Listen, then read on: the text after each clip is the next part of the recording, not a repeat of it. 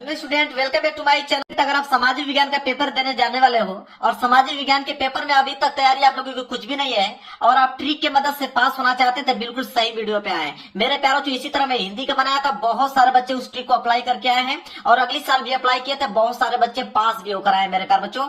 तो बिल्कुल सामाजिक विज्ञान में अगर आप लोगों की तैयारी बिल्कुल भी नहीं है मेरे प्यार बच्चों, तो मैं ट्रिक की मदद से मेरे प्यारों जो पूरा का पूरा पेपर सॉल्व करके दिखा दूंगा। एक वायरल पेपर 2026 बोर्ड का मेरे पास यहाँ पे 825 जेबी कोड है मेरे प्यारे बच्चों, और इस पेपर को मैं खुद अपने हाथों से बोर्ड एग्जाम की कॉपी पे सॉल्व करके दिखाने वाला हूँ, वो भी बिना पढ़े बिना कुछ याद किए। केवल मेरे प्यारे बच्चों ट्रिक से मैं सॉल्व करके दिखाने वाला हूँ।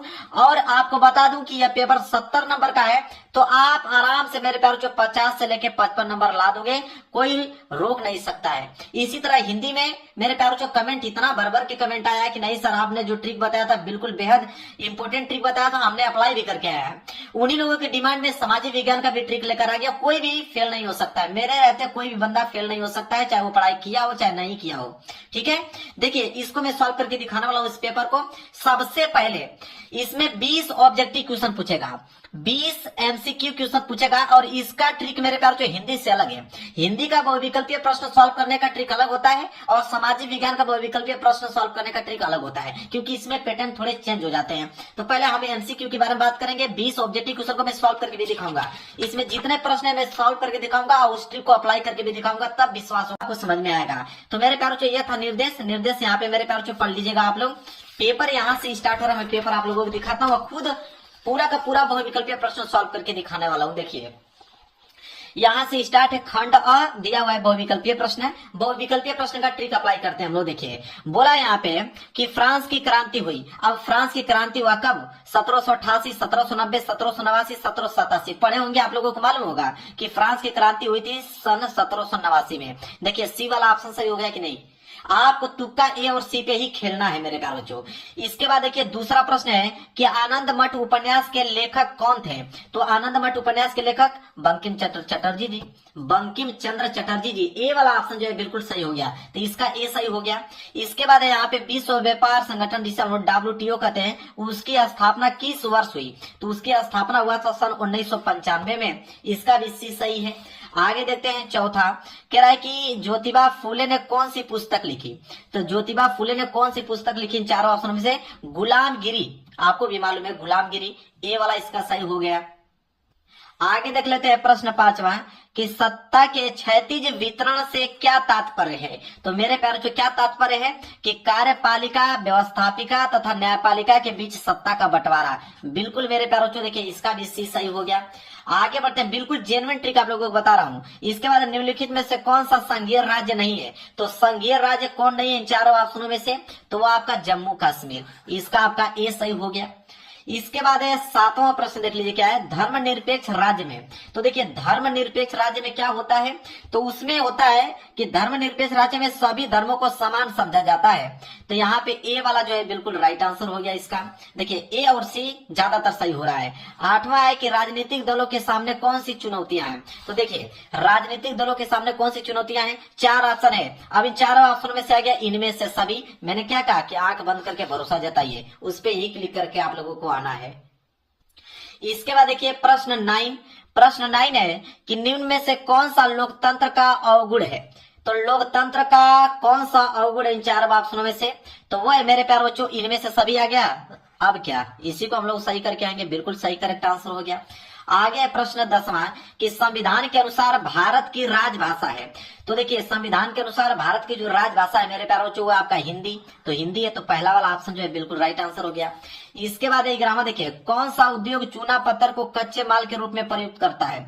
तो कच्चे माल के रूप में कौन प्रयुक्त करता है चूना पत्थर को मेरे प्यारे बच्चों? वो है आपका सीमेंट। देखिए ए सी, खाली सिर्फ ए सी या तो डी, वो भी डी कब सही हो रहा है? जब इनमें से सभी आ रहा है। तो अब मैं तो ट्रिक बताई भी किया हूं कि अगर चारों ऑप्शन में से इनमें से सभी आ जाए तो वही वाला होगा, या तो इनमें से कोई नहीं आ जाए वो वाला होगा। इसके बाद देख लीजिए 12वां कि भारत में आर्थिक उदारीकरण की शुरुआत कब हुई? तो भारत में आर्थिक उदारीकरण की जो शुरुआत हुआ था मेरे प्यारे बच्चों वो सन 1991 में हुआ था। ये वाला ऑप्शन जो है बिल्कुल सही हो गया। 13वां है कि राष्ट्रीय उपभोक्ता अधिकार दिवस कब मनाया जाता है? तो 24 दिसंबर को मनाया जाता है। देखिए ये वाला हो गया कि नहीं? बिल्कुल सही। चलिए आगे देख लेते हैं। अगला है प्रश्न 14, कह रहा है कि लौह अयस्क किस प्रकार का संसाधन है। तो लौह अयस्क किस प्रकार का संसाधन है मेरे प्यारे बच्चों, तो अनवीकरण योग्य संसाधन है, इसलिए 14 का ए वाला जो है बिल्कुल राइट आंसर हो जाएगा।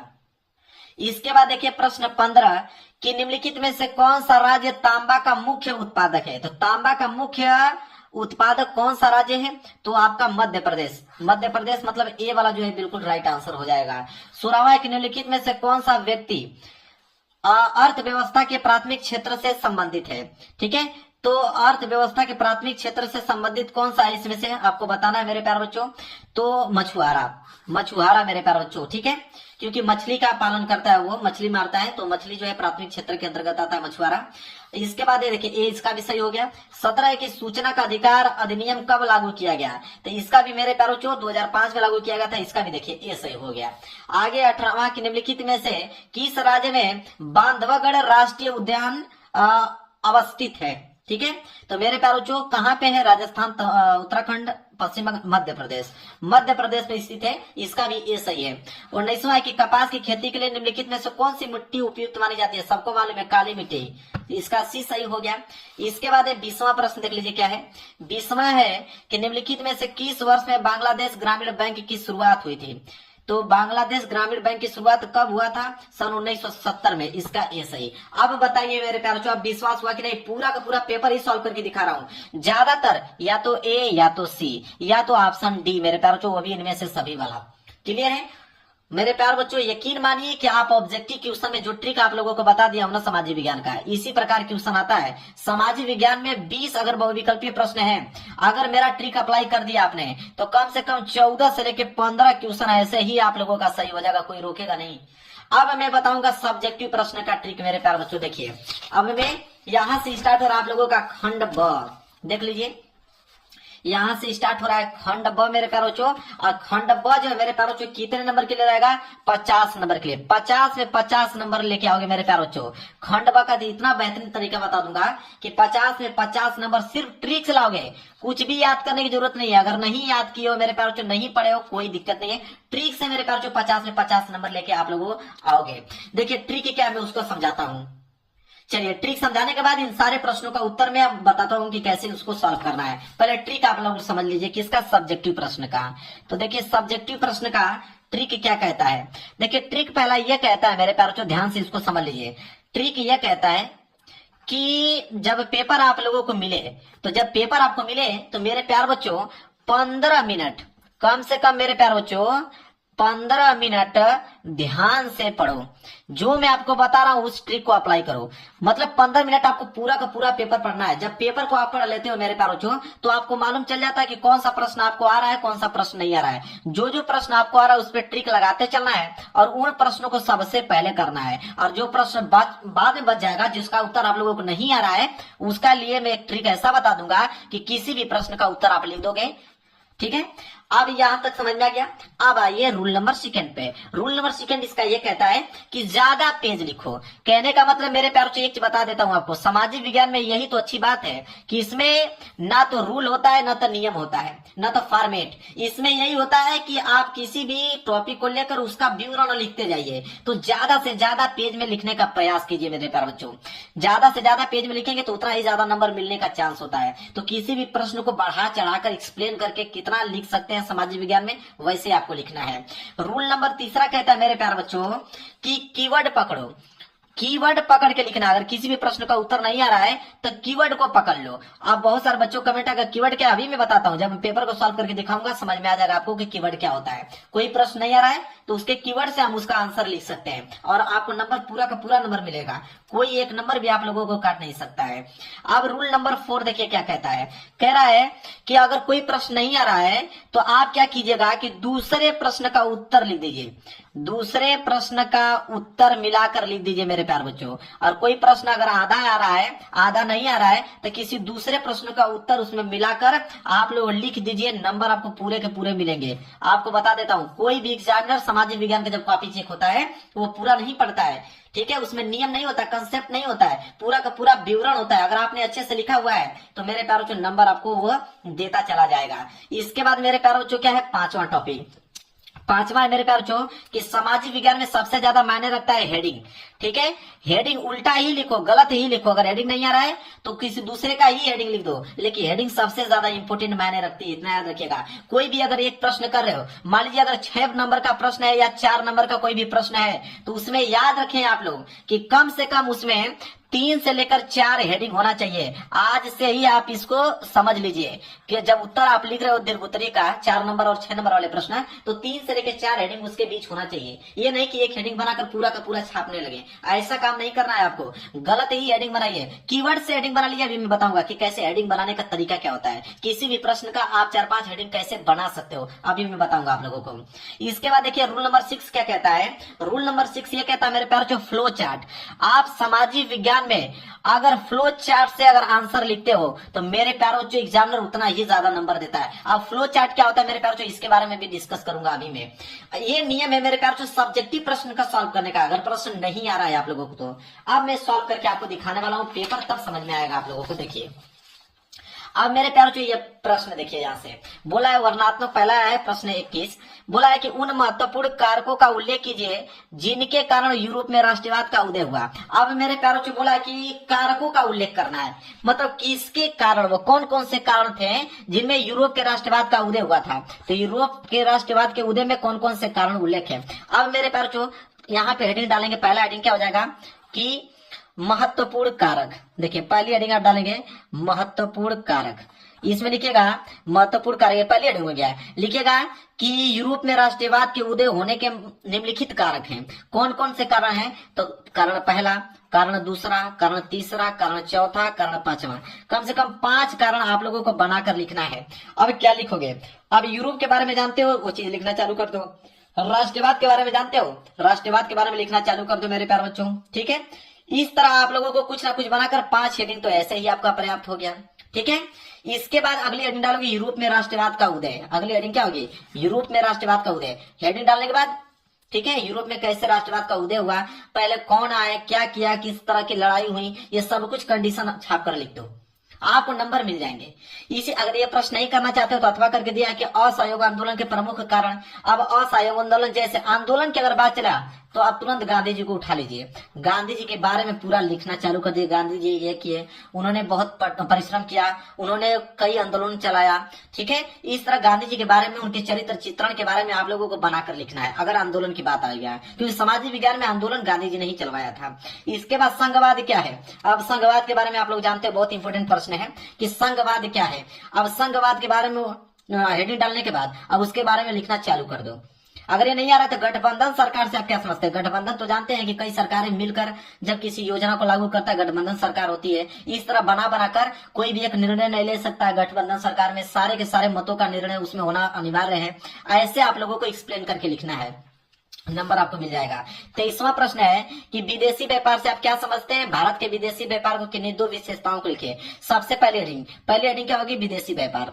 हेडिंग क्या होगी, विदेशी व्यापार। अब विदेशी व्यापार क्या होता है कि जब हम अपने देश से बाहर, ठीक है, मतलब भारत से बाहर देशों से जब आयात निर्यात करते हैं तो वहां पे विदेशी व्यापार कहलाता है। अब वहां पे क्या हम लोग अगले देश से क्या मंगाते हैं, क्या वो हमारे देश से ले जाते हैं, यही सब सारी चीजें लिखना है। फिर दूसरी हेडिंग हो जाएगी कि भारत के विदेशी व्यापार की किन्हीं 2 कारण, मतलब 2 विशेषता। तो आप लिखोगे कि भारत के विदेशी व्यापार के विशेषताएं, 2 विशेषता, पहला विशेषता, दूसरा विशेषता। लिख दीजिएगा विशेषता में कि क्या लाभ होता है और क्या हानि होता है। ठीक है, वो हो जाएगा आपका विशेषता का काम कर देगा। इसके बाद अथवा है कि आर्थिक गतिविधि से आप क्या समझते हैं। आर्थिक गतिविधियों का वर्गीकरण कीजिए। अब कीवर्ड आपको मिला आर्थिक गतिविधि किसे कहते हैं। आर्थिक के बारे में जानते हो, लिखना चालू कर दो, या तो गतिविधि के बारे में जानते हो, लिखना चालू कर दो। इसके बाद आर्थिक गतिविधि का वर्गीकरण, 2 हेडिंग तो यहीं से बन गया आप लोगों का, क्लियर है। इसके बाद है 24वां कि प्रौद्योगिकी और आर्थिक विकास के कारण संसाधनों का अति उपयोग कैसे हुआ। अब देखिए पहले हेडिंग होगा प्रौद्योगिकी, फिर आर्थिक विकास हेडिंग बना लीजिएगा, फिर उनके कारणों के संसाधनों के अति उपभोग कैसे हुआ, तो लिखिएगा संसाधनों के अति उपयोग। ठीक है, संसाधनों के अति उपभोग, ये भी हेडिंग का काम करेगा। तो 4-5 हेडिंग तो यहीं से निकल के चला आया, बस आपको लिखने की जरूरत है। नंबर तो आपको भाई भरपूर मिलने वाला है। इसके बाद है कि भारत में सड़क परिवहन के सापेक्षित लाभों की विवेचना कीजिए। तो भारत में सड़क परिवहन, पहली हेडिंग यहीं से बनेगा, भारत में सड़क परिवहन। ठीक है, फिर भारत में सड़क परिवहन के सापेक्षिक लाभ, उसके लाभ कौन कौन से उसके बारे में लिख दीजिएगा। अब आइए वर्णनात्मक दूसरा, 150 शब्दों में इसका आंसर लिखना है। बताइए 150 शब्दों में आंसर लिखोगे तो कौन एग्जाम में 150 शब्द पढ़ेगा? कभी नहीं पढ़ेगा। आपने लिखा है, नंबर आपको मिल जाएगा। फ्रांस की क्रांति से आप क्या समझते हैं? मतलब फ्रांस की क्रांति के क्या कारण थे? जब फ्रांस की क्रांति हुआ, बनाकर कम से कम 10 से लेकर 15 कारण उसमें छाप दो। ठीक है, अगर ये नहीं करना चाहते हो तो विश्व की अर्थव्यवस्था के विकास में तकनीकी का योगदान उदाहरण सहित लिखिए। पहली हेडिंग बनेगी विश्व की अर्थव्यवस्था, फिर बनेगी विश्व की अर्थव्यवस्था का विकास कैसे हुआ, उसके तकनीकी में योगदान किन लोगों का था, फिर उसके कौन से उदाहरण थे। तो 4 हेडिंग तो ऐसे ही बन गया। ठीक है, फिर भारतीय संघ में केंद्र राज्य संबंधों का वर्णन कीजिए। अब देखिए भारतीय संघ के बारे में जानते हो, केंद्र राज्य के बारे में जानते हो, उसके बारे में लिखना है आप लोगों को। जातिवाद क्या? तो जातिवाद के बारे में आप लोग जानते हो, जातिवाद बन गया। फिर अगली हेडिंग भारत लोकतंत्र में भूमिका। ठीक है, 2 हेडिंग यहां से तैयार हो गया। अगला है कि बहुराष्ट्रीय कंपनियां विभिन्न देशों की उत्पादन प्रक्रिया को एक दूसरे से जोड़ती हैं, इस कथन को स्पष्ट कीजिए। तो बहुराष्ट्रीय कंपनियां विभिन्न देशों से उत्पादन प्रक्रिया को एक दूसरे से जोड़ती हैं, कैसे जोड़ती हैं उसके बारे में लिखना है। 6 नंबर मिल जाएगा। भारतीय अर्थव्यवस्था में अधिक रोजगार विकसित करने के साधनों को स्पष्ट आप लोगों को करना है। तो भारतीय अर्थव्यवस्था, फिर रोजगार कैसे विकसित हो रहा है, इसमें उनके कौन कौन से साधन है, यही सब तो कीवर्ड है, इन्हीं को तो बनाकर लिखना है आप लोगों को। भारत में वन्य जीव संरक्षण के उपाय, तो वन्य जीव संरक्षण के कौन कौन से उपाय यह लिखना है। 6 नंबर के लिए कम से कम 5-6 हेडिंग तो होना ही चाहिए इसके बीच में। इसके बाद मेरे प्यार जो है कि संगठित और असंगठित क्षेत्रों में विभेद कीजिए, मतलब अंतर बताना है कि संगठित क्षेत्र क्या है, असंगठित क्षेत्र क्या है। फिर असंगठित क्षेत्र के कर्मचारियों की समस्याओं पर आपको प्रकाश डालना है। अब मानचित्र संबंधित आ गया। चलिए मानचित्र का मैं ट्रिक आप लोगों को बता देता हूँ, जेन्युइन ट्रिक मेरे प्यारे बच्चों। मानचित्र छोड़ के नहीं आना है। मानचित्र आप लोगों का 10 नंबर का तो मानचित्र ही पूछा जाता है। देखिए कैसे मानचित्र में आप नंबर लाओगे। बोला है कि निम्नलिखित स्थानों को भारत के दिए गए रेखा मानचित्र पर इस चिन्ह के द्वारा नाम सहित और सही नामांकन के लिए आधे अंक निर्धारित है। जैसे बोला पहला प्रश्न है कि वह स्थान जहां पूर्ण स्वराज की मांग का प्रस्ताव पारित हुआ, तो कहा लाहौर में। तो लाहौर आपको मालूम चलेगा कि लाहौर में हुआ था। तो नहीं मालूम है आपको तो किसी भी देश का नाम लिख दीजिए। ठीक है, लाहौर नहीं मालूम है, यहाँ पे उत्तराखंड लिख लीजिए, बिहार लिख लीजिए, मद्रास लिख दीजिए, समझ रहे हैं, कुछ भी लिखिए। वह स्थान जहाँ आनंद भवन स्थित है, तो आनंद भवन कहाँ स्थित है मेरे ख्याल से? प्रयागराज में। प्रयागराज पहले इलाहाबाद था, प्रयागराज उसका नाम चेंज कर दिया गया है। प्रयागराज नहीं मालूम है, लखनऊ लिख दो। ठीक है, ऐसे बनारस लिख दो, वाराणसी लिख दो, ऐसे आपको कुछ ना कुछ लिखना ही है। कह रहा वह स्थान जहां 1927 में कांग्रेस का अधिवेशन हुआ, तो कांग्रेस का अधिवेशन हुआ मेरे प्यारे बच्चों कहाँ पे? मद्रास में। ठीक है, नहीं मालूम चल रहा है मेरे प्यारे बच्चों तो आप नागपुर लिख दो। ठीक है, इसके बाद वह स्थान जहां सर्वप्रथम नमक बनाया गया दांडी में, जो कि पड़ता है गुजरात में। नहीं मालूम है तो राजस्थान लिख दो। समझ में आ रहा है? ऐसे आपको लिखना है, नंबर आपको तो मिलेंगे भाई। हुआ जनपद जहाँ चौरी चौरा कांड हुआ, कहाँ हुआ? गोरखपुर में। तो गोरखपुर में हुआ, अगर नहीं मालूम है मेरे प्यारे बच्चों तो आप किसी भी जिले का नाम यहाँ पे लिख दीजिए, आपका काम हो जाएगा। गोरखपुर कहाँ पड़ता है? उत्तर प्रदेश में।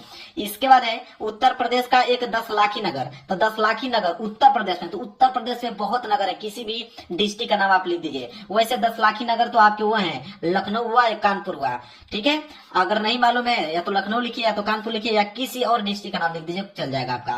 कॉफी का सबसे बड़ा उत्पादक राज्य कौन सा है? कर्नाटक। कर्नाटक नहीं है तो असम लिख दीजिए, जयपुर लिख दीजिए। ठीक है, तो कॉफी का सबसे बड़ा उत्पादक राज्य कौन सा है मेरे प्यारे बच्चों? कर्नाटक है, इस बात को ध्यान में रखिएगा। और राजस्थान की राजधानी, तो राजस्थान की राजधानी क्या है? जयपुर। जयपुर नहीं मालूम है मेरे प्यारे बच्चों तो उदयपुर लिख दो। ठीक है, इसके बाद है दक्षिण भारत की एक नदी, तो दक्षिण भारत की एक नदी गोदावरी है।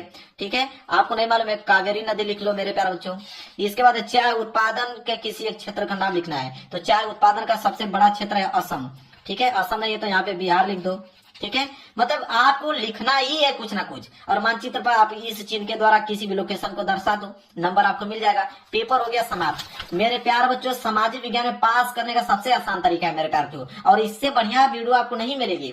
अगर आपकी तैयारी 0% है मेरे प्यारे बच्चों तो यकीन मान के चलिए 70 में आपके 50 से 55 नंबर बिल्कुल क्लियर है, क्योंकि इसमें कॉपी उस तरह की नहीं चेक होती है, आप लिखे और नंबर मिलता चला जाता है। वीडियो पसंद है तो वीडियो को लाइक कर देना, चैनल पर नहीं हो तो चैनल को जरूर सब्सक्राइब कर लेना। मिलेंगे एक प्यारे से नेक्स्ट वीडियो में, तब तक के लिए धन्यवाद।